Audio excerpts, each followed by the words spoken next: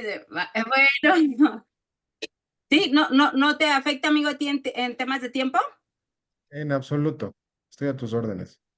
Vale, muchas gracias, te agradecemos.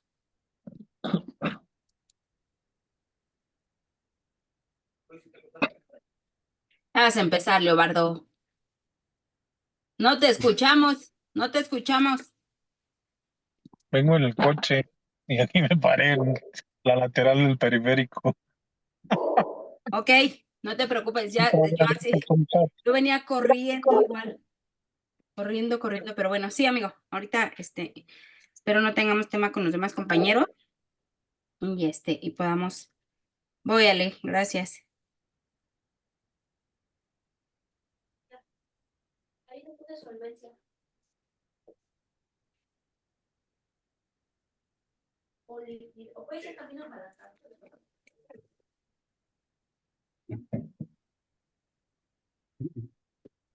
Pues bueno, vamos a iniciar. Hola, hola, ¿qué tal? Buenas noches a todos. Buenas noches a los que están dentro de la plataforma de Zoom y a los que se vayan sumando a través de las redes sociales de INDECAC. Estamos aquí para llevar esta plática introductoria para todos ustedes con algunos de los ponentes que forman parte de este gran seminario de actualización jurídica que se va a estar desarrollando en 10 sesiones de forma 100% virtual. Este curso sí es 100% virtual y que va a arrancar este próximo viernes 25 de octubre. Ahorita voy a mencionar de manera general el seminario que se va a estar impartiendo. Lo va a arrancar la maestra Ivonne Ruiz Herón con temas de medidas cautelares en adolescentes. El 25, el 29 va a estar el maestro Luis Gustavo Nava Cabrera hablando de los supuestos de excepción para agotar la instancia conciliatoria previa en materia laboral. Después vamos a tener la participación del doctor Norberto Valle hablando de la investigación del hecho delictivo y la integración de la carpeta de investigación. El 8 de noviembre vamos a tener con el maestro Leobardo Sotelo López las investigaciones internas en las empresas, implicaciones y alcances de la responsabilidad penal en la empresa. El 12 de noviembre vamos a tener al maestro Oscar Miranda Yeman hablándonos de la teoría del delito en la vinculación a proceso a través de casos prácticos. El viernes 15 a la maestra Odette Muñoz Espinosa con prueba circunstancial en delitos sexuales. El sábado 16, interrogatorio en la etapa de juicio oral con el maestro Alejandro Miguel Sánchez Salinas. El martes 19, justicia alternativa y restaurativa. El viernes 22, al juez Abraham Montoya Velasco, hablando del test de proporcionalidad para la imposición de prisión preventiva. Y el sábado 23, concluiremos con el maestro Juan Pablo Pacheco Chávez, hablando de la fundamentación y motivación como garantía de acceso a la justicia, esto en materia penal. Y bueno, pues varios de ellos están aquí conectados para hablarnos un poquito. Esto es para que cada uno de ellos nos dé puntos medulares de lo que va a estar desarrollando en cada una de las sesiones. Por cuestión de tiempo, y si así me lo permiten los demás ponentes, vamos a arrancar con el maestro Leobardo Sotelo, que nos va a hablar del día viernes 8 de noviembre de las investigaciones internas en las empresas, implicaciones y alcances en la responsabilidad penal. Mi querido Leobardo, bienvenido como siempre. Él es abogado postulante en materia penal y especialista en compliance. ¿Cómo estás, Leobardo? Gracias, maestra Cristi, gracias a todos los compañeros y a las personas que se conectan en las redes sociales de INDECAC. Precisamente, próximo 8 de noviembre estaremos platicando con ustedes acerca de cuáles son los parámetros que se necesitan como oficial de cumplimiento dentro de las empresas para llevar a cabo las investigaciones internas. Muchas de las empresas pymes y MIPYMES no tienen la capacidad económica para contratar un oficial de cumplimiento. Sin embargo, el departamento administrativo, muchas veces el propio empresario, el dueño de la empresa, tiene la necesidad de realizar este tipo de acciones dentro de la empresa para prevenir delitos, para regularizar programas de cumplimiento, para mitigar riesgos o también para identificar cualquier conducta indebida que se pueda estar generando al seno de las organizaciones. Entonces, creo que los parámetros en los que vamos a hablar, las ISO 37301, la 37008 y algunos ejemplos prácticos que vamos a poder platicar con los compañeros en relación a cómo debemos de cuidar la forma de obtención de las evidencias al interior de las empresas, que es muy diferente a cómo estamos acostumbrados a gestionarlas en el contexto penal, qué requisitos debemos de colmar y también cuáles son la forma en que debemos ir documentando estas pruebas al interior de la organización, porque no todas se van a concluir o van a llegar a la etapa de judicialización o a la etapa de investigación directamente con el Ministerio Público. Existe dentro del Código Nacional el artículo 428 que nos habla de, de la acción penal privada, que existe la posibilidad de acudir directamente ante el juez de control siempre y cuando podamos establecer y colmar todos los requisitos que nos pide la legislación para acceder a una acción penal privada directamente como particulares. Esos parámetros son los que vamos a estar trabajando y viendo con ustedes algunos casos prácticos que han sucedido en el país, y con el gusto de compartir con ustedes esta pequeña charla y el conocimiento que la experiencia nos ha podido dar en relación a las investigaciones privadas en las organizaciones. Pues ahí está. Ese es un tema importante que trabaja mi querido Leobardo, y sobre todo esto sí lo quiero resaltar. Cada uno de ellos en el tema en particular del que van a estar hablando son especialistas. Mi querido Leobardo se dedica a toda esta parte de la empresa, de la responsabilidad de las personas jurídicas. Y bueno, pues mi querido Leobardo, pues estaremos contigo el próximo viernes 8 de noviembre. Sí, maestra, si Dios nos lo permite, estaremos con ustedes compartiendo algo de la experiencia que tenemos con las empresas, algunos casos, como lo platicábamos, en empresas internacionales, la cuestión a veces de los alcances que tenemos de la extraterritorialidad de alguna de las leyes y cómo implica en las MIPYMES, en la organización, esa aplicación extraterritorial como parámetros para poder llevar a cabo las investigaciones al interior de las organizaciones. Perfecto, mi querido Leobardo. Pues ahí está los puntos medulares que se van a estar desarrollando en esta sesión el próximo 8 de noviembre con mi querido Leobardo. Recuerden que este seminario está compuesto de 10 sesiones y esa será la sesión número 7. Mil gracias, Leobardo, por estos minutos. Sabemos que andas apurado. Te agradecemos este tiempo. Gracias a ustedes, un saludo a todos los compañeros y a toda la red, a todos los que nos acompañan en las redes de INDECAC. Saludos y nos vemos a partir de la 15 días prácticamente con la sesión número 1, ¿verdad, maestra Cristi?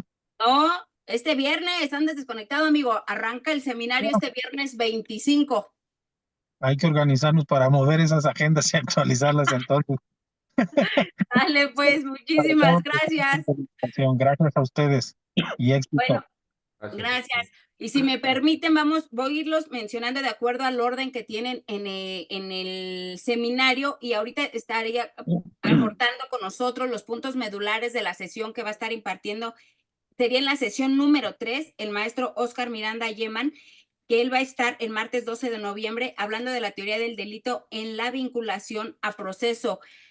Aquí me mencionabas, mi querido Oscar, será a través de casos prácticos, y yo creo que eso es lo que se agradece mucho. Bienvenido como siempre a INDECAC. Gracias, maestra Cris, por la invitación. Gracias a todos los que se dieron cita a esta sesión introductoria. Veo aquí a buenos colegas, amigos.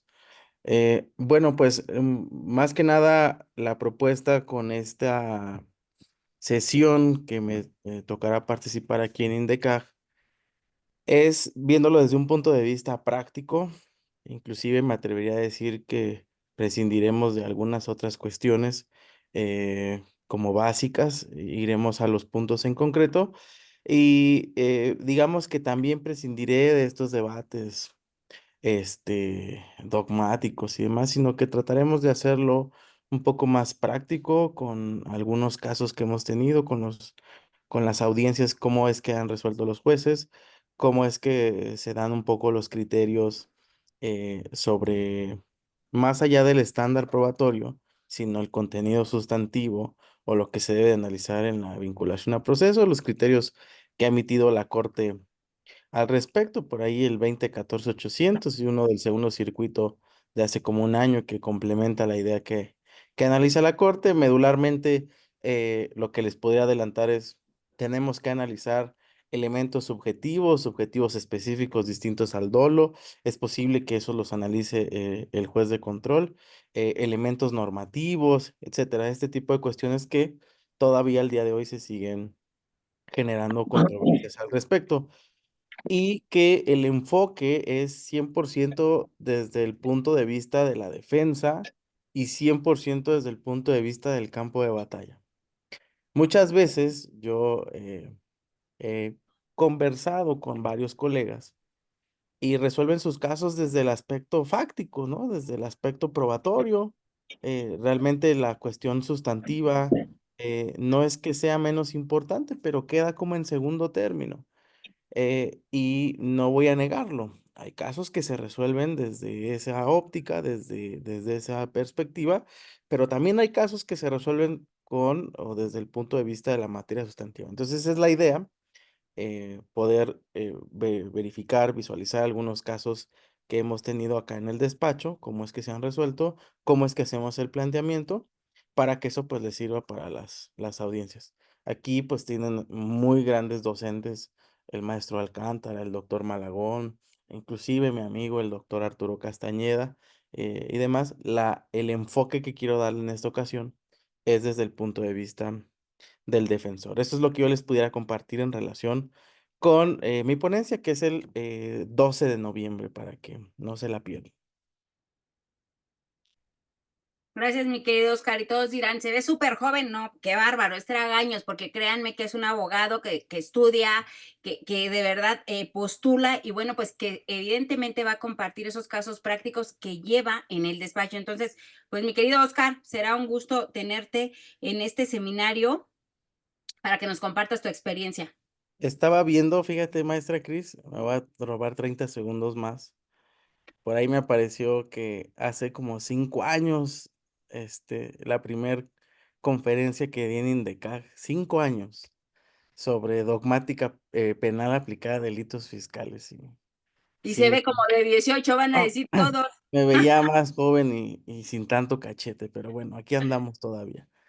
Así es, ya tiene su trayectoria, mi querido Oscar, un joven abogado que se está abriendo un camino exitoso en el ámbito de como abogado defensor. Mi querido Oscar, muchísimas gracias. Te veremos el martes 12 de noviembre. Gracias, maestra Cris. Un saludo a todos, un abrazo a la distancia.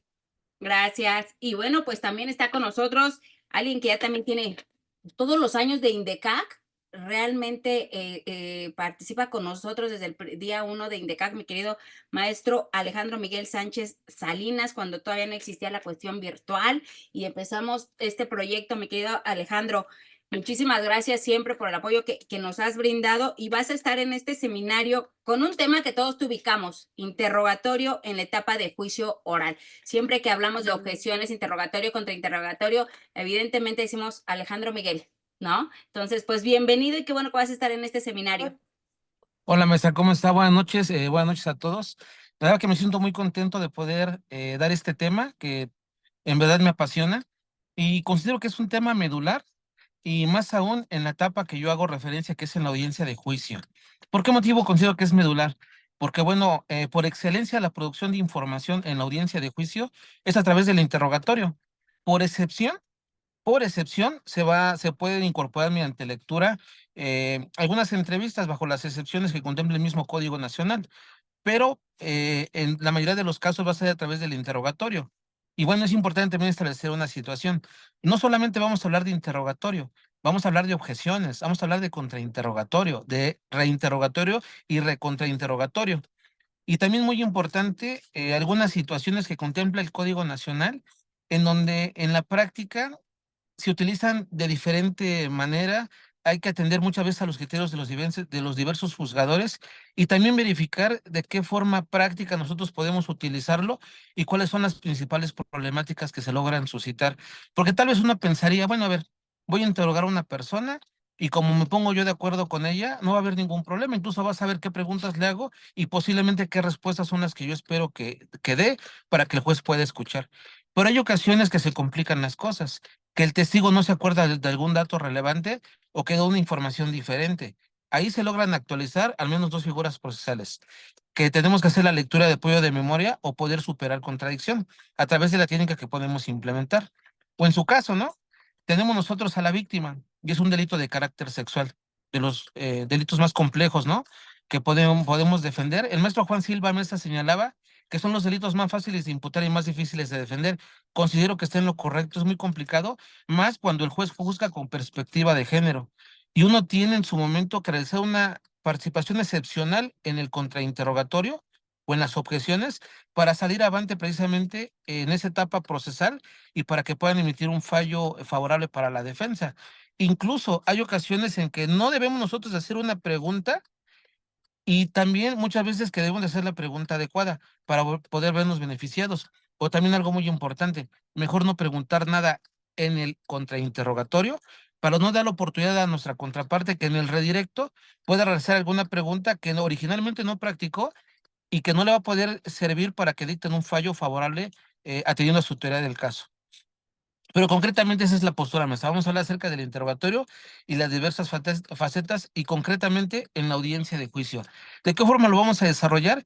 Con jurisprudencia, con doctrina muy poquito, algunas diapositivas. Vamos a presentar audiencias y como hace ratito el maestro Oscar lo mencionaba, escuchar la resolución de los juzgadores, cuál es el planteamiento que en su momento se puede realizar y cómo nos resuelven para que las personas que nos logren escuchar se vayan con ese conocimiento y cuando vayan a participar en una audiencia de esta naturaleza, tengan las bases para poder sustentar en su momento su teoría del caso y que puedan salir avantes bajo algún interrogatorio o contrainterrogatorio que puedan practicar. Básicamente esa va a ser mi participación, maestra, y le agradezco por darme la oportunidad y muy contento por estar al lado de grandes compañeros, de grandes juristas como la maestra Odette, como el maestro Oscar, los demás compañeros, el maestro Montoya también Abraham y algunos otros compañeros que van a estar presentes y de los cuales seguramente vamos a aprender mucho. Muchas gracias, maestra. Gracias, mi querido Alejandro. Y bien, como él lo comenta, y eso es importante para todos, una de las características que tiene mi querido Alejandro cuando imparte clase precisamente es esto, que comparte las audiencias reales en las que él participa. No pone otras audiencias o cuestiones así, pone las audiencias desahogadas por él. Entonces, ojalá puedan participar en este seminario. Él va a estar con nosotros el sábado 16 de noviembre, precisamente hablando del interrogatorio en la etapa de juicio oral. Y bueno, pues no podíamos dejar de invitar un juez para tener también esta perspectiva. Y bueno, pues para nosotros es un gusto que esté con nosotros también el maestro Abraham Montoya Velasco, juez del Poder Judicial en el Estado de México, en materia penal, evidentemente. El maestro va a estar con nosotros el viernes 22 de noviembre y él nos va a hablar del tema del test de proporcionalidad para la imposición de prisión preventiva. Mi querido maestro, muchísimas gracias también por su participación y por esta introducción.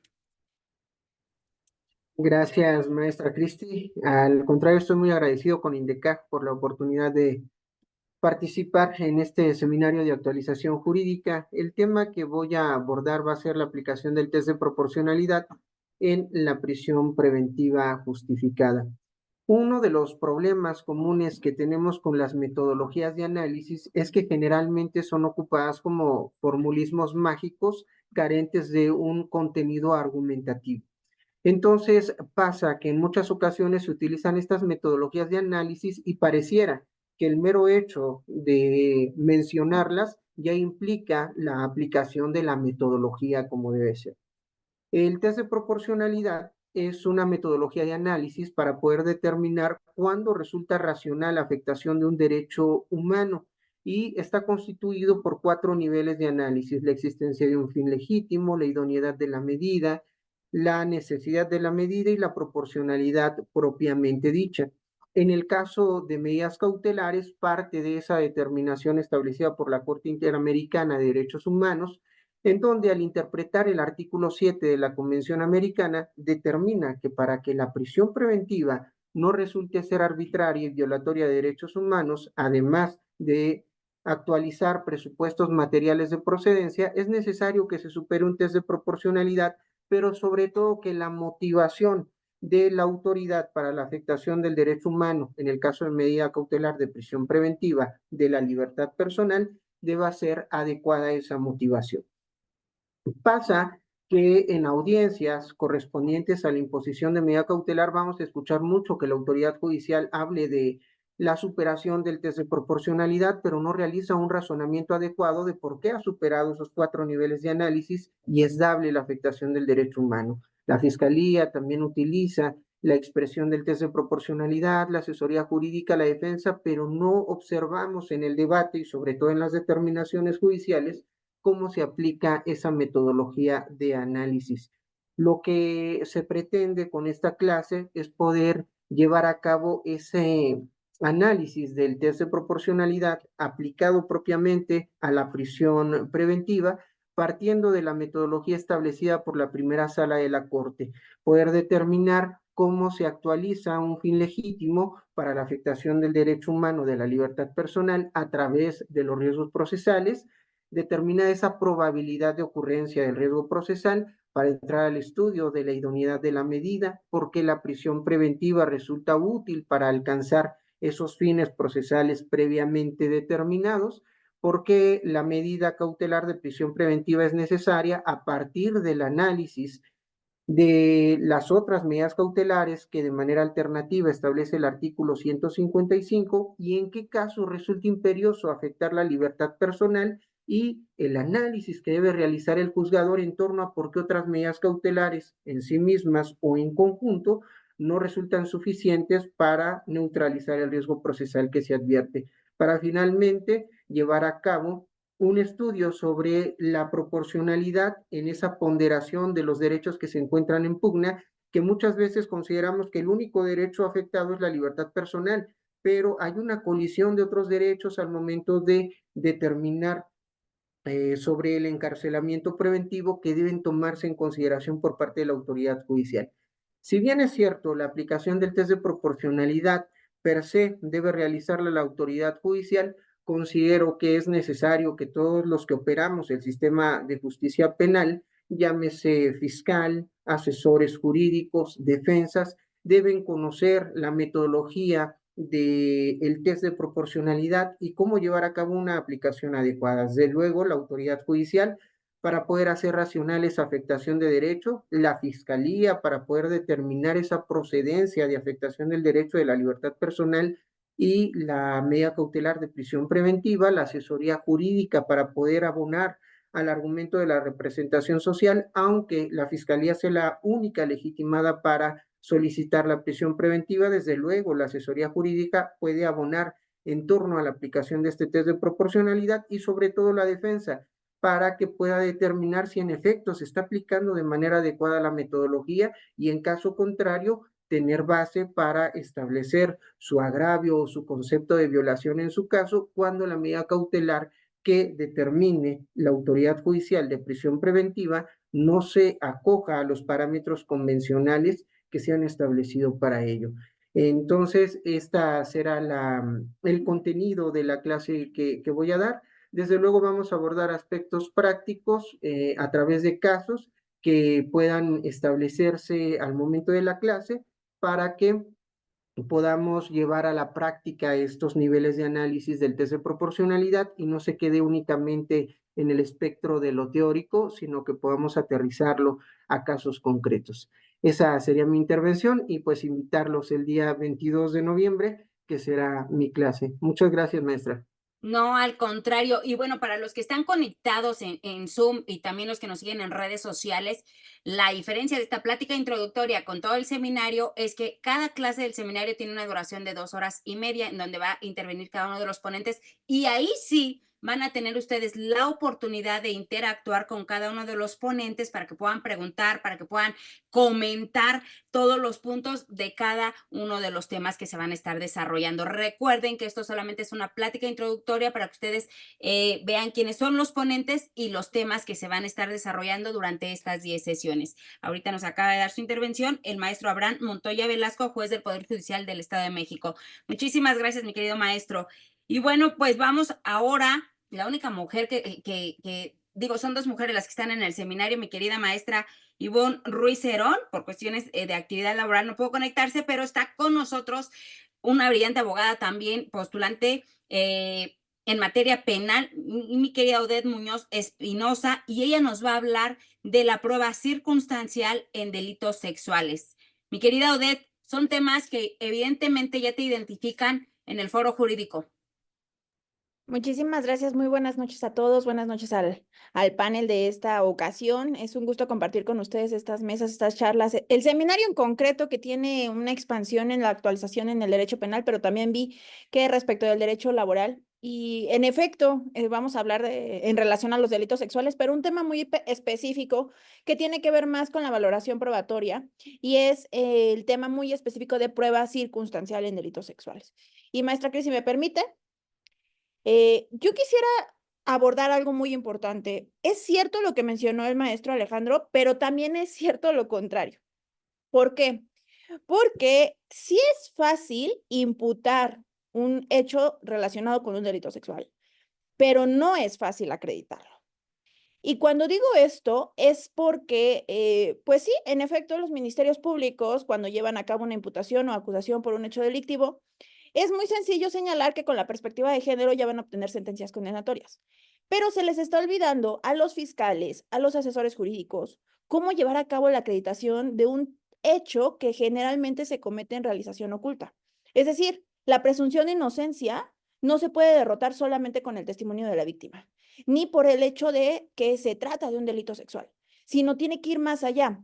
Pero precisamente al tratarse de un evento que se lleva a cabo de forma muy oculta, surgen con gran importancia otro tipo de material probatorio. En este caso, la prueba circunstancial adquiere, y yo diría que casi es la prueba reina en los delitos sexuales, no la prueba psicológica. La verdad es que no la considero la pericial en materia de psicología como la prueba reina para la acreditación de los delitos sexuales, porque generalmente el planteamiento del problema en estos tipos de periciales es que se determine si existe sintomatología compatible con violencia sexual o algún hecho delictivo de naturaleza o connotación sexual.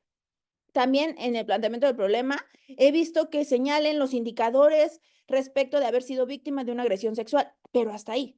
¿Esto qué significa? Que son consecuencias del evento delictivo, no el evento delictivo en sí. Y para acreditar el hecho como tal de delito de naturaleza sexual, tenemos que remitirnos a otro tipo de material probatorio como es la prueba circunstancial.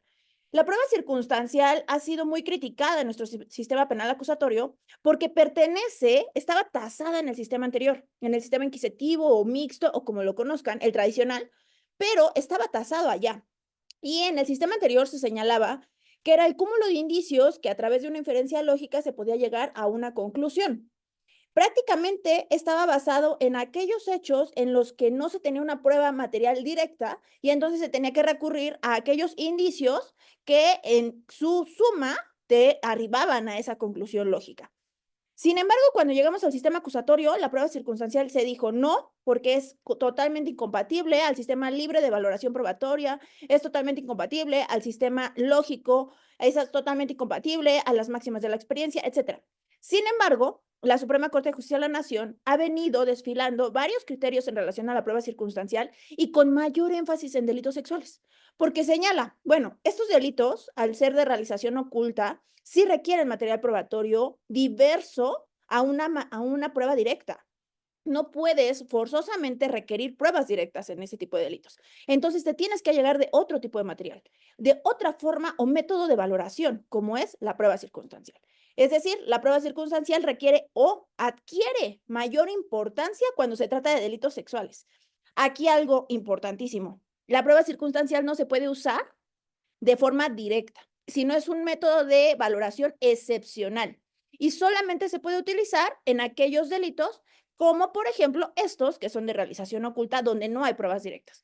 ¿Qué quiero decir con esto? En aquellos delitos de robo, la prueba circunstancial es la excepción, no es lo principal, pero en delitos sexuales adquiere en principio ser prueba reina para poder arribar a una conclusión y verificar si existe una acreditación del hecho y por ende el delito y la responsabilidad.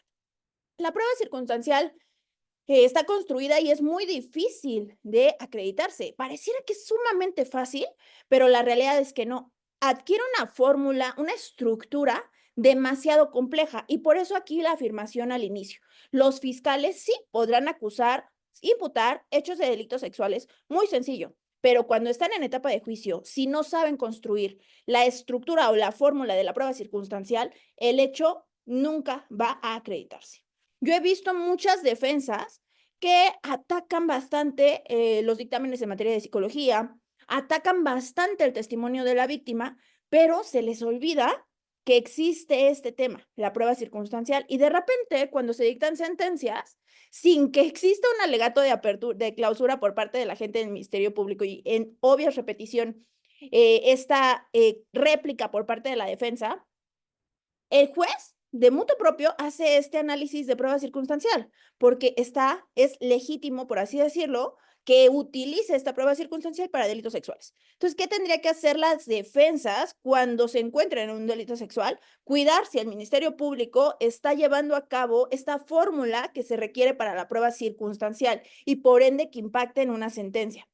Si nosotros como abogados, ya sea desde el punto de vista de la asesoría jurídica, fiscales o defensas, conocemos cómo se lleva a cabo esta estructura, entonces vamos a poder arribar a sentencias donde la valoración probatoria va a tener inferencias, sí, lógicas, y no solamente inferencias simples o que vengan de la arbitrariedad.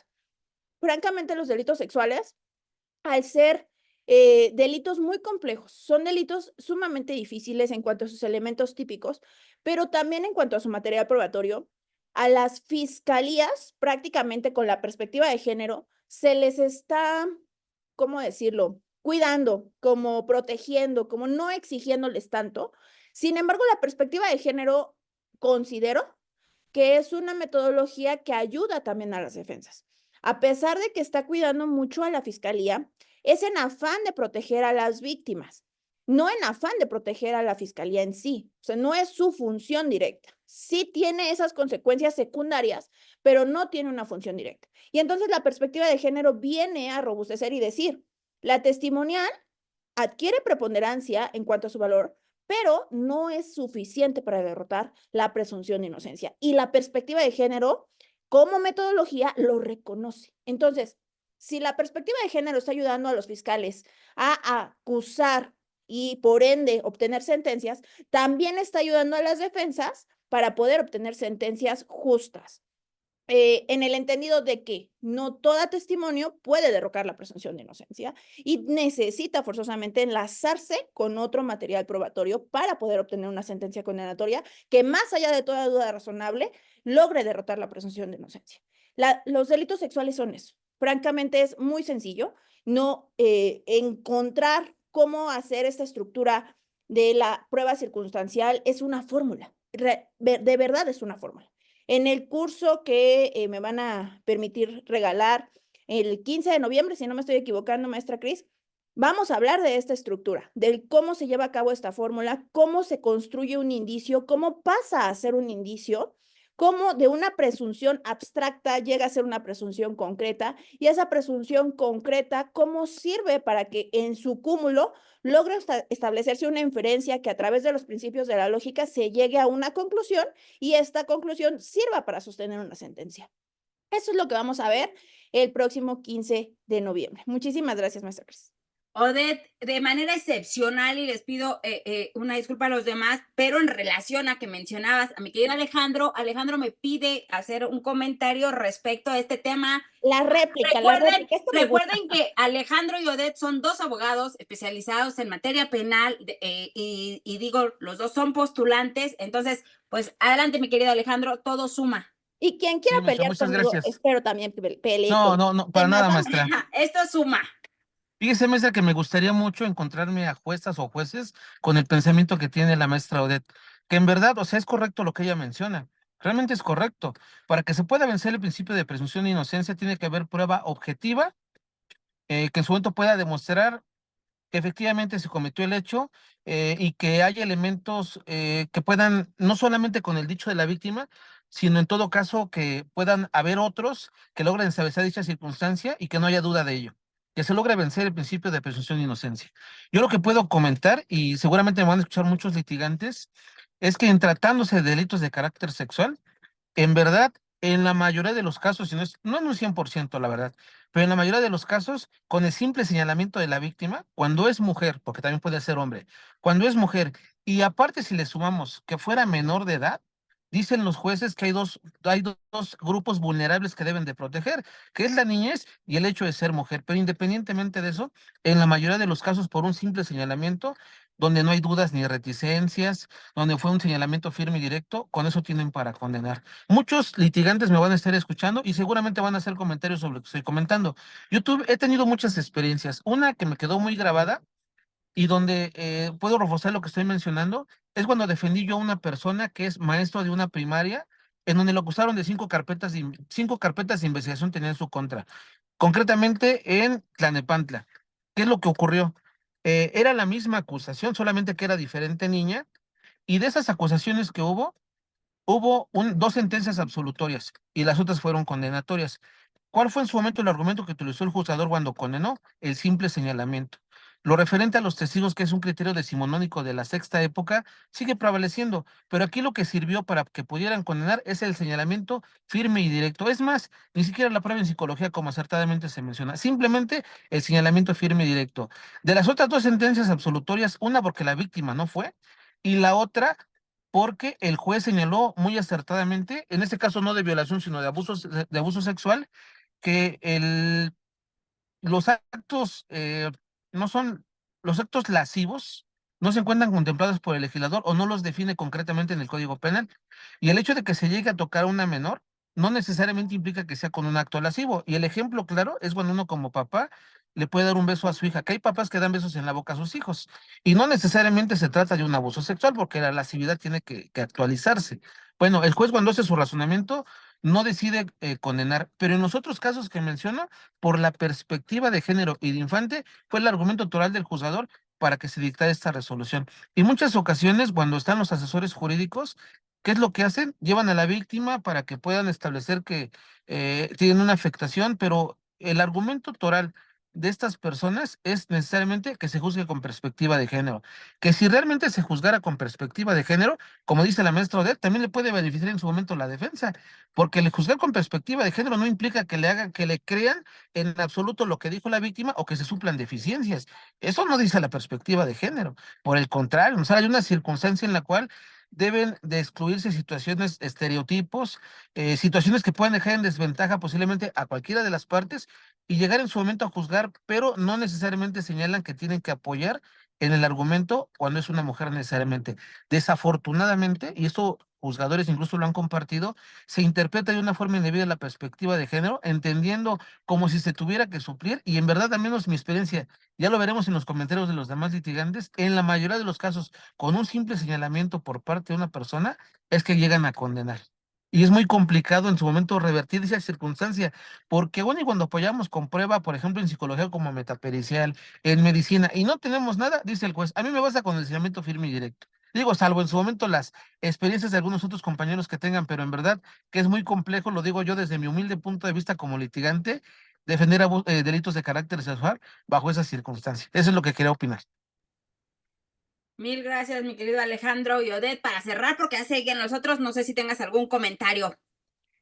Sí, no, pues estoy de acuerdo. Yo también me ha tocado tener jueces así, pero fíjate que suena utópico lo que yo cuento, digo, relato o les quiero impartir, pero en realidad es que es el punto, ¿no? Que no estamos debatiendo lo que sí tenemos que debatir. Y entonces por eso también existen jueces que por obvias razones, pues ya dicen, pues, pues como la defensa o el asesor jurídico, pues no me dieron, pues por eso solo con el señalamiento, ¿no? Y ese es el problema. Yo, de verdad, de forma muy honesta, también critico al órgano jurisdiccional, sí, pero critico también mucho a las partes procesales, porque no estamos argumentando en delitos sexuales lo que sí tenemos que argumentar, estamos atacando muchísimo a la víctima. Y el problema de atacar a la víctima es que la perspectiva de géneros no dice que le tenemos que dar credibilidad al 100%, eso no dice. Pero lo que sí dice la perspectiva de género es que tenemos que considerar que una víctima de violencia sexual tiene un cierto trauma o un cierto síntoma que le afecta en su memoria y que cuando relata el hecho, el número de veces que lo haya hecho, va a tener inconsistencias de forma normal. Es decir, está justificada una contradicción, está justificada una inconsistencia. Y esto no lo dice la perspectiva de género como invento, sino a través de ciertas sentencias de la Corte Interamericana, se llevaron a cabo estudios científicos con los que se logró acreditar de aquellas víctimas que sí habían sufrido un evento delictivo de naturaleza sexual, con el que se determinó que sufrían esa traumatización al grado de afectar la memoria. Y entonces vamos a considerar de forma generalizada a todas las víctimas que denuncian un hecho delictivo con una normalización en las inconsistencias en su narrativa. Y entonces cuando viene la defensa o hasta el mismo fiscal que ve inconsistencias y dice, oye, no, es que aquí te equivocaste y nos van a pegar aquí, el fiscal, como no sabe eso, entonces por eso intenta dictar no ejercicios de la acción penal, o las defensas intentan atacar desde ahí, y eso es lo que se critica por este lado, ¿no? Que las defensas están desconociendo estas sentencias de la Corte Interamericana donde ya se justificó y por qué una víctima de delitos sexuales tiene inconsistencias. Eso por un lado. Luego, por el otro, los jueces. Bueno, el testimonio de la víctima. Vamos a ver qué víctima, porque es cierto, víctima mujer, víctima hombre, víctima niña, niño, adolescente. Tiene parámetros totalmente distintos cada uno de ellos. Ejemplo, niña o niño. La revelación propiamente hablando del hecho de naturaleza sexual es un indicio. Así se los pongo. Y viene también de una resolución de la Corte Interamericana de Derechos Humanos. Entonces, dirían, ¿por qué la revelación? Bueno, porque generalmente los niños todavía no tienen conceptualizado lo que es un evento delictivo de naturaleza sexual. Entonces ellos puede existir como ejemplo, ay, estoy viendo la televisión y veo que una persona está tocando a otra en el glúteo. Y entonces el niño al ver eso dice, ah, mira mamá, así me tocó mi tío, así me hizo mi tío. Y entonces no es porque ellos te quieran contar que fueron víctimas de un delito, sino más bien porque existió un detonador que hizo la revelación y propiamente la revelación se vuelve un indicio. Pero eso es solo en casos de niños y niñas. Eso no sucede en adultos. Eso no sucede en adolescentes. Entonces, partiendo de ese tema, si se está generalizando, bueno, la perspectiva de género justifica las inconsistencias y por ende 100% credibilidad. La perspectiva de género o de infancia, como se trata de niños, hay que darle credibilidad solo porque reveló, es una falacia, total una falacia. Porque por el otro lado está la presunción de inocencia que señala no puedes derrotar solo con el puro testimonio y sin importar si es niña, niño, adulto, mujer, hombre, adolescente o una persona perteneciente a la comunidad LGBT, o sea, infinidad, no puedes. Entonces tienes que derrotar y uno de los requisitos es que exista más material probatorio. Y ese material probatorio es lo que va a justificar. Por eso la importancia de la charla que tendríamos de la prueba circunstancial en delitos sexuales, para que vean por qué forzosamente se requiere este material probatorio y cómo se puede destruir desde el punto de vista de la defensa, la acusación, y cómo se puede construir desde el punto de vista de la fiscalía y de la asesoría jurídica una acreditación del hecho con base en prueba circunstancial. Esa sería mi aportación y por supuesto yo quedaría encantada que en el futuro quien se sume, pues un debate, un tallercito de delitos sexuales entre nosotros, ¿por qué no? Yo me aviento, soy defensa, ministerio público, asesor, lo que quieran. Y ya que tenemos jueces por aquí, pues que también se avienten de juez. Ahí está, pues ya lo estaremos organizando, mi querida Odette. Muchísimas gracias. Ella va a participar con la prueba circunstancial en delitos sexuales el viernes 15 de noviembre. Y si me permite, el maestro Trinidad, por temas de agenda, vamos a continuar con el maestro Juan Pablo Pacheco Chávez. Él se desempeña actualmente como secretario auxiliar en la Secretaría de Acuerdos del Supremo Tribunal de Justicia del Estado de Sinaloa. Es su primera participación como docente aquí en INDECAC. Nos da un gusto enorme tenerlo aquí, que se sume a la plantilla docente. Y el maestro va a estar con nosotros el sábado 23 de noviembre con el tema de fundamentación y motivación como garantía de acceso a la justicia.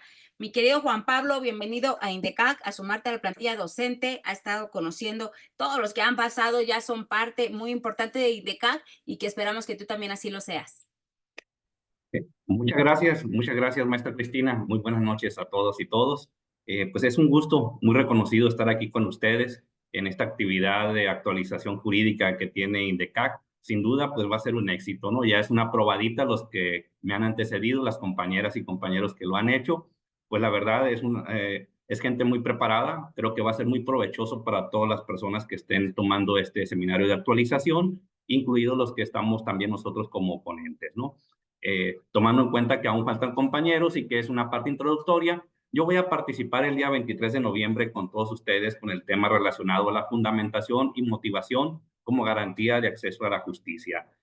Si bien es cierto, es un tema que a nivel litigio, a nivel juzgado, se maneja pues todos los días, pero vamos a intentar abordarlo desde una perspectiva para ir un poco más allá de lo que tradicionalmente conocemos como fundamentación y motivación, haciendo algunas reflexiones, acudiendo evidentemente a todo el sistema universal de derechos humanos, al sistema interamericano de derechos humanos, obviamente conforme a la Constitución Política de los Estados Unidos Mexicanos, a la jurisprudencia nacional, a la doctrina, por supuesto, y tomando en cuenta o tratando de despejar la siguiente interrogante, ¿no? Si el acceso a la justicia es un derecho humano, como sabemos lo es, entonces, ¿qué papel juega la fundamentación y motivación para salvaguardar ese derecho fundamental?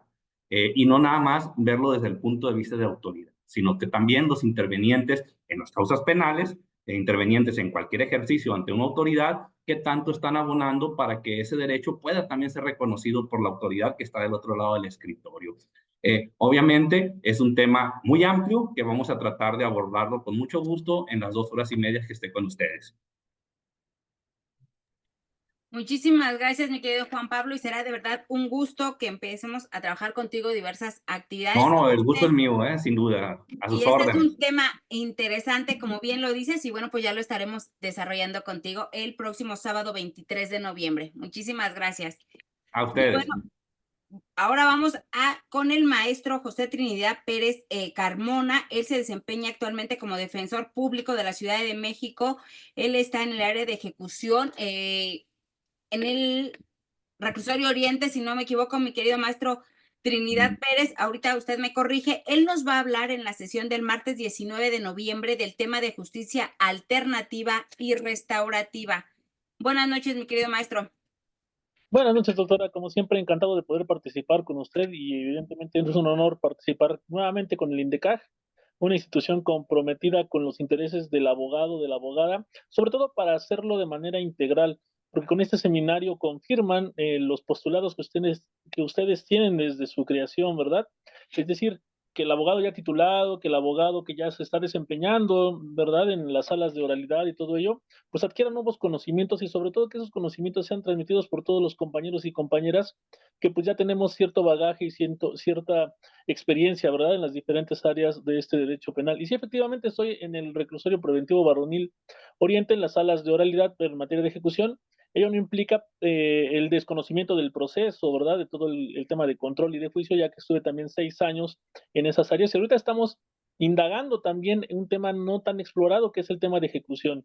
Derivado del tema que me toca, la verdad es que estoy muy emocionado porque tengo el interés de que en mi clase pueda dirigirme a todos aquellos estudiantes, abogados, litigantes, abogadas, para efecto de que durante nuestra clase podamos solventar y observar pues cómo está constituido el sistema de la justicia alternativa y justicia restaurativa, digamos, en el Código Nacional de Procedimientos Penales, evidentemente con sus principios apegados a la Ley Nacional de Mecanismos Alternativos de Solución y Controversias, es decir, para aquellas personas que están iniciando en este ámbito del litigio en materia penal, pues observar cuáles serían los planteamientos que deben de realizar, presentando aquellos fragmentos de audiencias donde se peticionan por parte de las defensas a los señores jueces de control, la forma en la cual nosotros lo vamos a pedir y sobre todo las condiciones que pudiéramos llegar a cabo.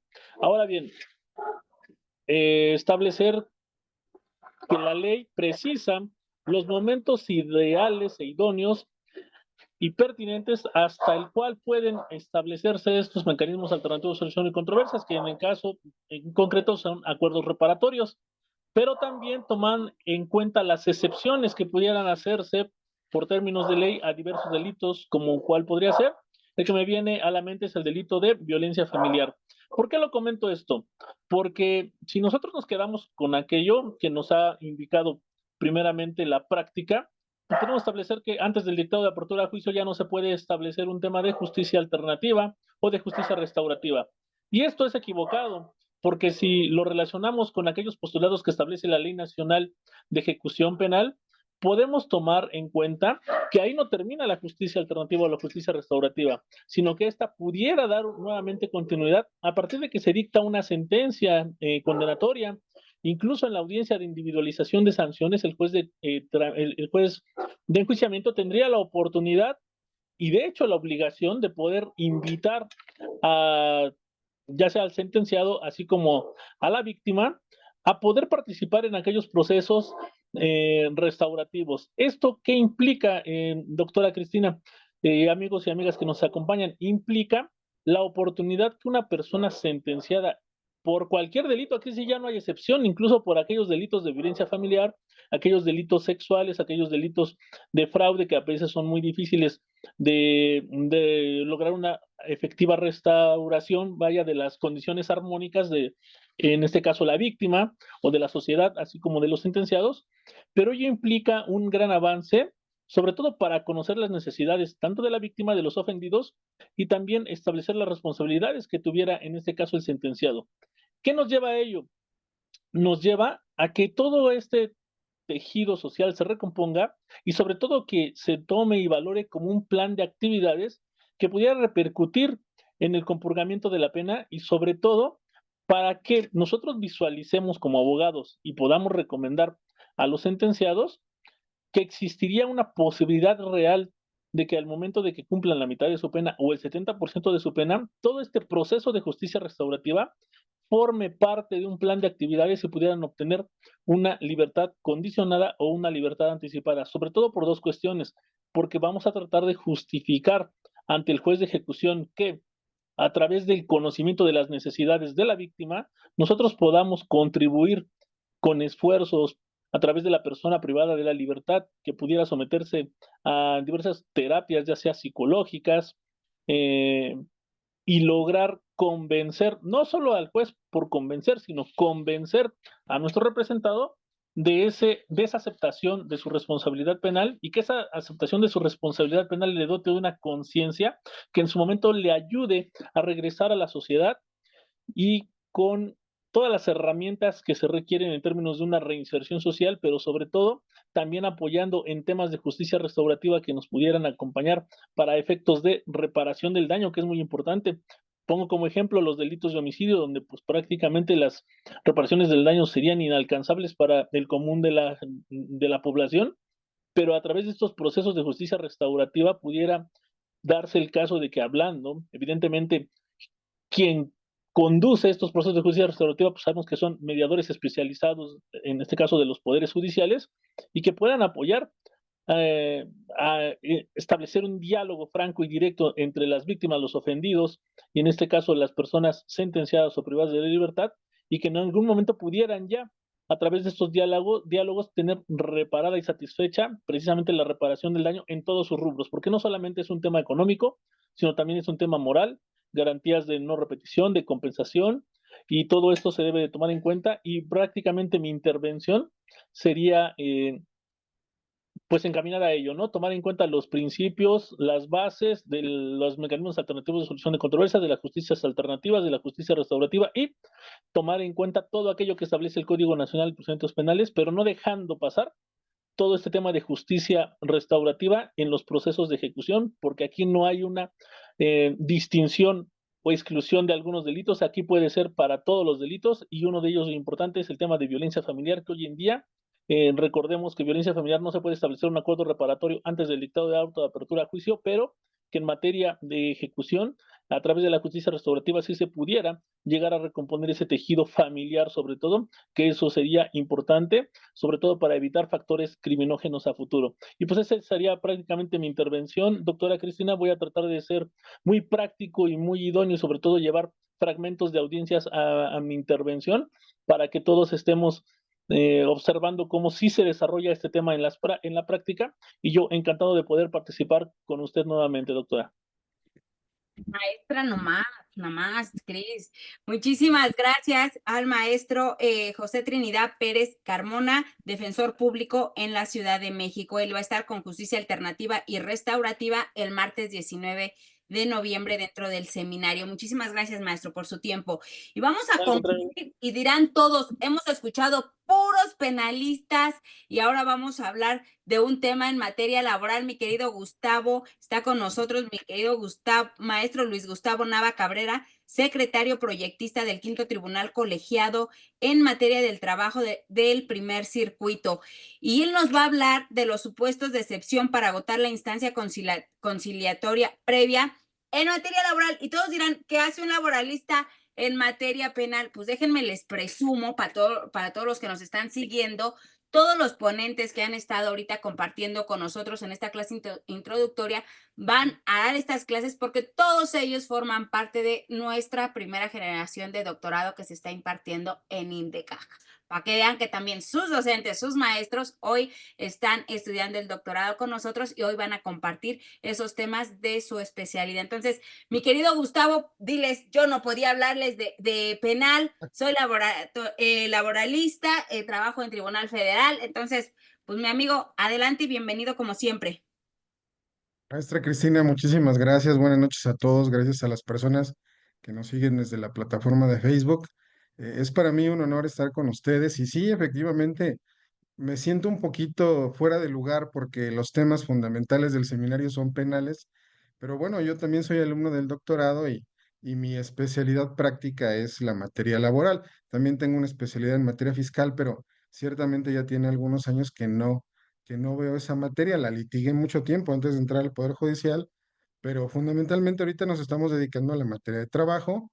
Le prometí a la maestra Cristina que íbamos a ver el tema de delitos de defraudación fiscal relativo a la omisión de pago de cuotas obrero-patronales. Ya lo checaremos en otro seminario, pero en esta ocasión vamos a platicar un poquito de una figura novedosa para el tema procesal de derecho del trabajo, que es la conciliación obligatoria previa. Como ustedes saben, en términos de teoría del proceso y de procesos civiles tradicionales, pues la conciliación no es un elemento para la procedencia de la acción, ni siquiera como un elemento para iniciar el ejercicio de la acción. Sin embargo, esta figura novedosa, a través de la ley y también de la construcción jurisprudencial más actual de la Suprema Corte, que a veces es muy desafortunada, pues ha establecido que la conciliación obligatoria es prácticamente un elemento de procedencia de la acción. ¿Eso qué quiere decir?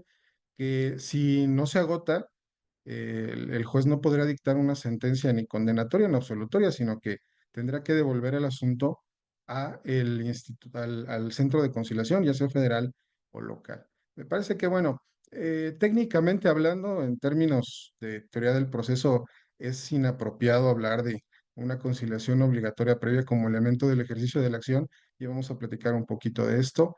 También vamos a hablar un poquito del perfil que ha adoptado en la práctica. Muchos abogados postulantes y también algunos al interior del Poder Judicial de la Federación, estimamos que la conciliación obligatoria previa es un obstáculo al ejercicio de la jurisdicción, o sea, me impide como trabajador y a veces, muy poquitas veces como patrón, instar al órgano jurisdiccional de inmediato, salvo las causas, las causas los episodios que prevé la ley como excluyentes de agotar esa instancia conciliatoria previa. Entonces vamos a hablar un poquito de eso, vamos a hablar de la jurisprudencia que también ha ido corrigiendo el tema de en qué casos sí agotarla, en qué casos no, porque la ley tenía esos casos muy específicos. Hay temas sobre acoso y abuso tratándose de relación de trabajo y hay una controversia sobre el estándar probatorio para admitir la demanda laboral. Como ustedes saben, seguramente en el foro lo saben, pues el tema de la prescripción para el ejercicio de las acciones laborales es particularmente corto en muchos casos. Y una de las herramientas que se tienen para interrumpir este plazo de prescripción es precisamente la instancia conciliatoria. Si tu caso se ubica en una excepción a agotar la instancia conciliatoria, el juez deberá valorar si efectivamente estás dentro o fuera de los casos de excepción. El tema del acoso y el abuso en la relación de trabajo es una causa de excepción. Sin embargo, hay muchos abogados laboralistas que establecen que para admitir a trámite la demanda laboral debe cubrirse un estándar mínimo probatorio de contar con elementos más o menos objetivos que le permitan al juez presumir que este evento efectivamente sucedió. Algo muy similar como lo que comentaban ahorita los compañeros penalistas sobre los delitos sexuales. Sin embargo, también en materia laboral advertimos que ese tipo de fenómenos no son públicos. O sea, son el acoso, el abuso, el hostigamiento, son cosas que se dan de manera oculta. Va a ser difícil que encuentres en una empresa una circular donde diga, por favor, no me contraten personas morenas, o a partir de hoy las personas de determinada etnia van a ser despedidas. Eso no lo vas a encontrar. Si existen esas políticas, porque sabemos que existen, no van a ser tan fáciles de evidenciar. Entonces necesitamos de otros mecanismos de prueba. Ahora, el trabajador es la parte débil de la relación jurídica laboral. Es por eso que desde mi perspectiva, el estándar probatorio para admitir la demanda es simplemente la afirmación. Es simplemente la afirmación. A menos de que esa situación presente aspectos objetivos. Por ejemplo, que una persona gestante, embarazada, diga, fui discriminada por este hecho. Bueno, entonces ya ahí hay una situación objetiva. Demuéstrame que estabas encinta durante la etapa en la que fuiste víctima del acoso laboral. Entonces, vamos a platicar un poquito de esa situación, vamos a traer la jurisprudencia más actual, también vamos a hablar de casos prácticos que hemos resuelto en el tribunal. Y miren, me da mucho gusto la participación de tantos compañeros docentes, tanto como alumnos como pues participantes de estos seminarios, porque me ha comentado la maestra Cristina que muchos compañeros abogados postulantes están un poquito desangelados por el tema de la reforma al Poder Judicial. Yo creo que no, ¿eh? Vamos a hablar un poquito objetivamente de la reforma. La carrera judicial persiste. ¿Por qué? Porque para acceder al cargo de oficial judicial, actuario y secretario, se requiere de pasar los exámenes, se requiere tener estudios, se requiere tener preparación. Al menos en esa parte, los abogados que pretenden ingresar al Poder Judicial federal o locales tienen que cubrir esos perfiles de carrera judicial, que ahorita ya no se va a llegar a juez o magistrado, porque las formas de elección van a ser diferentes. Esa es otra cosa, pero también hablando un poquito en directo, pues los secretarios son los que hacen los proyectos de sentencia. Aún en juzgados de oralidad laboral, mercantil, penal, las sentencias las hacen otros. Los jueces y magistrados, con todo respeto para su labor y experiencia, pues las revisan. También hay muchas situaciones ya definidas por jurisprudencia. Entonces, yo los conmino a que el tema de la reforma judicial no se revuelve con el tema de la preparación y de la actualización constante, porque como abogados tenemos una responsabilidad social. La gente que nos contrata confía en que tenemos importantes conocimientos.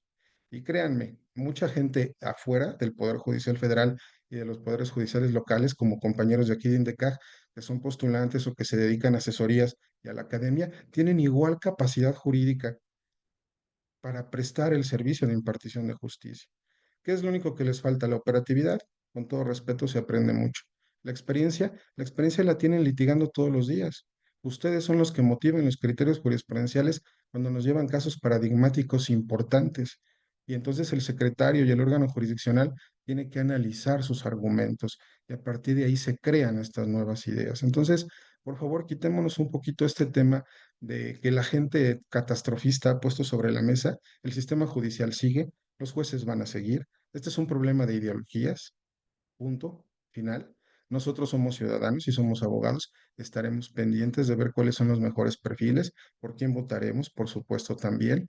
Y yo los invito incluso que si tienen interés en participar en estas elecciones, presenten sus candidaturas. ¿Por qué? Porque estoy seguro que prácticamente todos ustedes con su experiencia y conocimiento cumplen al menos con los requisitos formales que establece la Constitución. Entonces, yo creo que estamos en una oportunidad muy importante para que también los poderes judiciales se abran a nuevas mentes, a nuevas cabezas, a nuevas ideas, que puedan mejorar el sistema de impartición de justicia. Pero bueno, eso lo dejamos en el tintero también para otro seminario.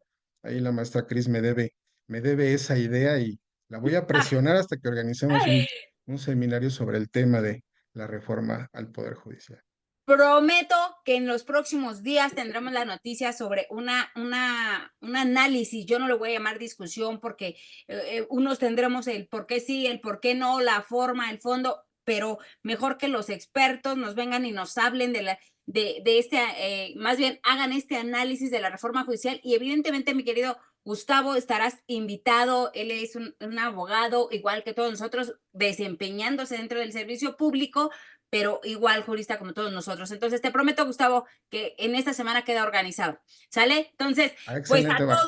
A todos, muchísimas gracias. De verdad los invito a que participen. No dejen de inscribirse a este gran seminario de actualización jurídica. Son 10 sesiones. Arrancamos este próximo viernes 25 de octubre a las 19:30 horas. Vamos a empezar con la maestra Ivonne Ruiz Herón, hablando de medidas cautelares en adolescentes. Son 10 sesiones, un curso 100% virtual y el costo por demás accesible. Entonces, ahí está toda la información. Recuerden que iniciamos este próximo viernes 25 de octubre y bueno, pues van a poder tener la oportunidad de interactuar todos los que se inscriban con los ponentes en cada uno de los temas, ¿sale? Pues muchísimas gracias, Gustavo, muchísimas gracias todavía a los ponentes que se encuentren conectados. Nos vemos con cada uno de ellos en la sesión que le corresponda. Muchísimas gracias a todos. Gracias, buenas noches, Cris. Gracias a todos. Gracias a todos. Gracias, Cristina. Maestra Cris. Gracias a todos. Buenas noches, gracias a todos. Hasta luego. Gracias, buenas noches. Gracias a todos. Maestra Cristina. Aquí Hasta luego, ando. muchas Gracias. Gracias. Maestra Cris. Aquí ando. Ah, qué bueno que sigue conectada y qué bueno que sigue conectado el maestro Gustavo, porque a ver si podemos armar. algo A que ver, tenga que ver Gustavo, con el ándale. Esta acoso mujer es de pleito, sexual. ¿eh? A ver si podemos armar una mesa entre lo laboral y lo penal del acoso sexual, con la Encantado, NOM 46 y encantado. Y la mira, NOM 35, me parece que es. es un fenómeno bien recurrente al interior del Poder Judicial esta situación, y me extraña que muchas compañeras y compañeros salgan en defensa de titulares que de verdad no tienen la calidad moral ni jurídica para estar ahí, pero están por X circunstancias, no todos, muchísimos son muy buenos. Yo tuve la ventaja de tener profesores y titulares excelentes, respetuosos, trabajadores, estudiosos, pero hay muchísimas historias de terror al interior del Poder Sí, Judicial. sí, Y sí, fíjate así que es. el tema de la permanencia en el cargo, porque obviamente un juez y un magistrado ratificados ya se quedan para siempre. Entonces, si un titular te pedía la renuncia o las pompas y no se las dabas, te boletinaba para que no te contraten. Y yo sé de casos específicos. Es una pena que también guardemos silencio en eso, pero entiende que el Poder Judicial es un sistema extremadamente cerrado. Se protegen entre ellos. ¿Por qué crees que una de las principales molestias es el Tribunal de Disciplina Judicial? Porque ya no van a ser los compas los que me resuelvan mis asuntos. Ya no van a ser las compas los que resuelvan mis denuncias o los que vean cómo mi tribunal está hecho trizas o mi juzgado desecha demandas al por mayor, pero cuando se trata de las demandas contra la reforma constitucional, no nada más son casos urgentes, se conceden las suspensiones con efectos generales. O sea, Claro. si hablamos objetivamente, estos jueces han perdido toda legitimidad porque han hablado abiertamente, unos en pro y otros en contra de esta reforma, y tienen intereses similares a los de los quejosos en sus juicios de amparo. Eso es una causa, un impedimento claro. Yo no puedo pronunciarme ni sobre la admisión ni sobre el fondo en esos casos. Es un tema terrible. Y ustedes dirán, bueno, pues este señor que no trabaja en el Poder Judicial Federal, pues sí, por eso les hablo de lo que sé, les hablo de lo que creo, de la convicción que me genera. Y sí, estaría fabuloso que platicáramos en conjunto de cómo se da el acoso y el abuso en el ámbito laboral y lo difícil que es demostrarlo. Muy Ah, difícil. ¿Y cuáles han sido las totalmente. sanciones? Y ahorita que va a existir ya el tribunal, precisamente en temas laborales en cuanto al Poder Judicial, Es, resulta importante que como litigantes conozcamos cómo van a ser estos mecanismos, o sea, cómo vamos a poder acceder, pero ahorita ya existen normas oficiales mexicanas que que hablan sobre este tema y las obligaciones que tienen las instancias laborales, desde el empleador hasta la propia autoridad para atender estos casos. Y yo francamente no he visto en el ámbito jurídico cursos o conferencias o cuestiones académicas que tengan que ver con estas normas. A mí me ha tocado porque con perspectiva de género yo las he tenido que aplicar, o sea, usarlas, pero no he visto que en este match de lo laboral con lo penal se haga un curso. Yo, maestra, yo quisiera incitar a que se lleve a cabo ese proyecto y con mi participación, con la participación del maestro Gustavo, quien se sume, el maestro Alejandro, que veo que sigue conectado, que le encanta pelear conmigo, y pues la armamos. El maestro Trinidad, que también seguramente en temas de ejecución nos va a aportar en eso. yo encantado lo armamos. Miren, en materia laboral hay delitos fiscales, en materia laboral hay delitos de acoso, de abuso, hay delitos de discriminación, hay delitos de violencia y por supuesto todos los delitos del fuero común que se vinculan con la actividad cotidiana, cuando un trabajador roba, por ejemplo, ¿no? Cuando un trabajador defrauda, cuando un contador falta a la confiabilidad de la empresa y por ahí se definen otro tipo de responsabilidades como las que comentaba, creo que el maestro Alejandro y también el otro abogado litigante, está hablando de la situación que guarda la relación laboral y cómo se cometen ilícitos durante el desarrollo. A mí me parecería excelente. Yo encantado de participar con ustedes, desde el ámbito privado, o sea, las relaciones laborales que se dan en el apartado A, como las relaciones que se dan en el apartado B con los trabajadores al servicio del Estado, que ciertamente tienen un régimen laboral un poco más estrecho. El tema de la estabilidad en el empleo aplica para trabajadores de base. El tema sobre la estabilidad en el empleo de los juzgadores es discutible. ¿Por qué? Porque el soberano y el constituyente permanente pues tienen la facultad de modificar la estructura de cualquier institución pública en este país. Decir lo contrario sería como establecer un poder dentro del poder, un control soberano sobre el soberano. Y ya lo estuvimos viendo en clases de constitucional, creo que igual y por ahí le caí gordo a algunos compañeros, pero de verdad hay que analizar si vamos a ir a un verdadero autoritarismo de la toga, donde vamos a tomar decisiones políticas que van a ser detenidas, y como ejemplo solo uno, chiquitito, amparos contra el aeropuerto de Texcoco durante el sexenio de Peña Nieto, cero suspensiones. Suspensiones contra el aeropuerto de Santa Lucía, 142 suspensiones.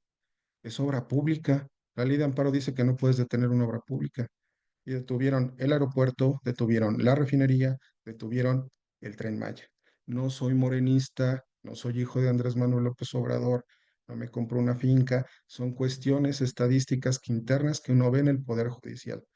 Yo que soy revisor de las actuaciones de los juzgados de distrito en materia de trabajo, me doy cuenta cómo actúan los jueces y de verdad, hay unos que dices, qué bárbaro. Entonces, hablando de estadística judicial, es muy raro que en un sexenio no concedan nada de suspensiones contra una obra que sí tenía acusaciones serias de protección ambiental, de desaparecer un lago, de desgajar cerros para crear nuevas aerovías, y en los otros cientos de suspensiones. ¿No les parece un poquito extraño? ¿Por qué una actitud política en un lado y con el otro diferente? O sea, yo no estoy diciendo que la 4T sea lo máximo, ¿eh? Pero la actitud de los jueces sí debe preocuparnos como ciudadanos. Eso deja mucho que desear. Yo quiero un juez independiente. Imagínense que en mi comunidad van a construir una hidroeléctrica y a alguien le molestó que la construyeran porque perdió la licitación y va y presenta amparo y le dan la suspensión para que no se construya. ¿No creen que eso debe llamarnos un poco la atención? Durante mi práctica profesional yo también fui abogado litigante en materia administrativa. Peleábamos en las licitaciones públicas. Algunos empresarios se molestaban porque había mano negra en las compras del Estado y en la prestación de servicios. Pero acá ni siquiera se licitaron. Fueron dadas a la Secretaría de la Defensa Nacional para que ella construyera. ¿Cuál es la molestia? ¿Que no hubo derrama? Lo vemos. A mí me encanta la idea de platicar de todos estos temas. Va de la mano del tema del Poder Judicial. ¿Por qué no hay personas sancionadas por acoso sexual? ¿Por qué era tan difícil que el Consejo de la Judicatura estableciera responsabilidades? Y miren, aquí hablando también en plata, el Poder Judicial de la Federación tiene una característica que no se la conozco a ninguna otra institución jurídica en México. Saben lavar muy bien la ropa sucia en casa. Lo saben hacer muy bien. Entonces, qué jurista se encargó de ver que los procesos disciplinarios llegaran a cierto puerto? Nadie estábamos interesados. Mucho tiempo el Poder Judicial trabajó muy bien. Yo cuando fui postulante decía, si no gano aquí, gano en el amparo. Pero poco a poco esas tendencias fueron variándose. La mayoría de los postulantes ahora se quejan de que sus amparos indirectos se sobreseen. Y ahí vienen en queja y ya se lo devolvemos al juez de distrito, y ahí el juez de distrito lo tramita y cuando llega la sentencia definitiva, pum, vale, niego este sobreseo. Por la misma causa y por la que te dije que no prosperaba el desechamiento de la demanda. Dices, por Dios santo, por Dios, ¿no?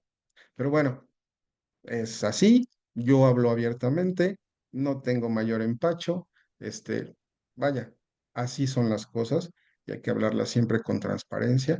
Yo de verdad también deseo que pronto podamos ya regresar a trabajar.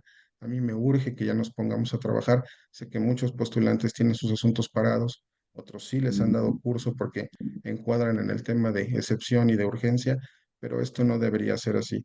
Al margen de que nos guste o no nos guste el color de las personas que hoy están en el Ejecutivo y en el Legislativo, nuestra responsabilidad como abogados y como servidores públicos es brindar el servicio para el que fuimos designados. Pero bueno, encantado, licenciada maestra Odette, encantado, licenciado Alejandro, licenciado Trinidad. Armamos un tema de dogmática penal enfocada en temas laborales. Por supuesto que sí. Claro que sí. Pues ahí está mi querida Odette, mi querido Gustavo, todos ustedes los cuatro, será interesante y ya. Mi querida Odette, hay que se encargue la estructura, a ella que le encanta este tipo de temas, ¿sale? ¿Cómo ve, maestro Alejandro? ¿Le parece? Con mucho gusto, sí. Va a ser muy interesante analizar y muy interesante la postura que maneja el compañero del doctorado, que habla acerca de este tema. Yo nada más quería mencionar una situación que es importante. El artículo 69, párrafo segundo del Código Penal del Estado de México restringe por delitos de carácter de violencia de género sustitutivos penales. Y esa situación es bien interesante también porque muchas veces se desconoce y qué es lo que la víctima, qué es lo que quiere, cuál es una de las finalidades del procedimiento, la reparación del daño. Y resulta que quieren irse a sentencia esperando que en sentencia pueda haber una mayor protección. ¿Y qué pasa?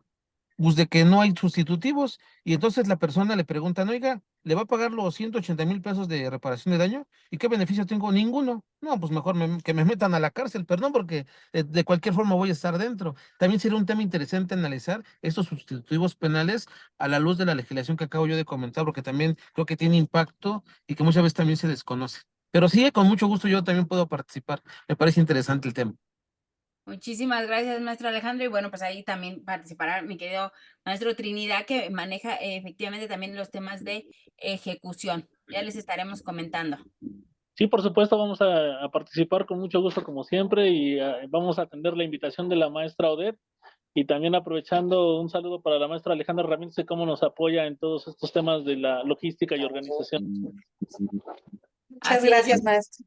Yo siempre les digo, si no fuera por todos ellos, por las sales de INDECAC, de todos los que están, yo llego, me presento y ellos se encargan de toda la logística. Esto no sería posible, evidentemente, sin todos ellos, ¿no? Entonces, hay una pregunta, a ver si me ayudan a entenderla. Dice, por favor, comentar si el perfil de docente y director de colegios de grupo etario de 12 a 18 pueden inscribirse.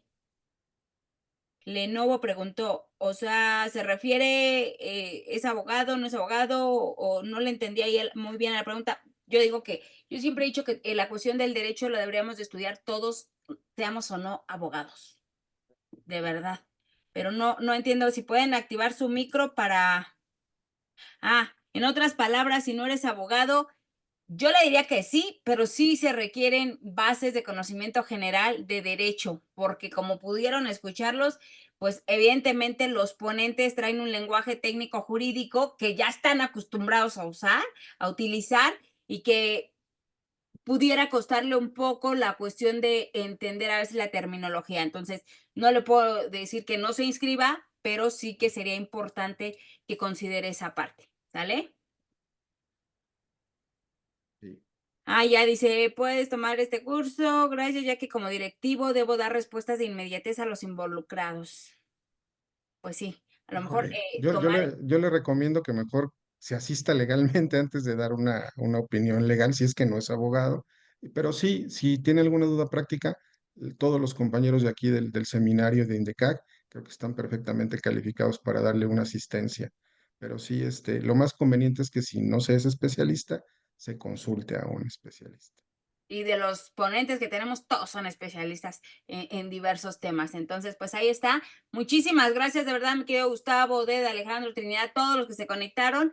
Y bueno, pues nos vemos el próximo viernes para iniciar este gran seminario. ¿Sale? Muchísimas gracias a todos. Buenas noches. Esto, Buenas Salah. noches. Hasta luego. Gracias, Sí, que Ale.